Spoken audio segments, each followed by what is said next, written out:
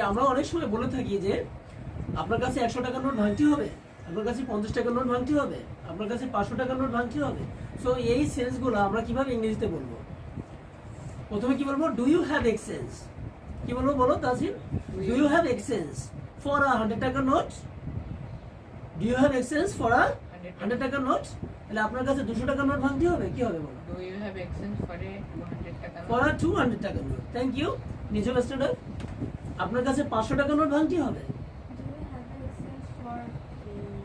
For a 500 টাকার note. Do you have exchange for a 500 টাকার note? Okay, thank you Humaira. আপনার কাছে 1000 টাকার নোট ভাঙতে হবে। Do you have exchange for a 1000 টাকা note? Do you have exchange for a 1000 টাকা নোট? তাই না? কোনার can you answer? Start up বলো, আপনার কাছে 50 টাকা নোট ভাঙতে হবে।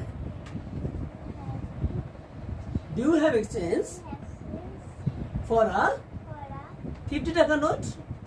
Do you have exchange for a 50 টাকা নোট? আপনার কাছে কি 50 টাকা নোট ভাঙতে হবে? So I think all of you understood. বুঝতে পেরেছো তাই না? So you must practice at home with your friends and family member. Thank you.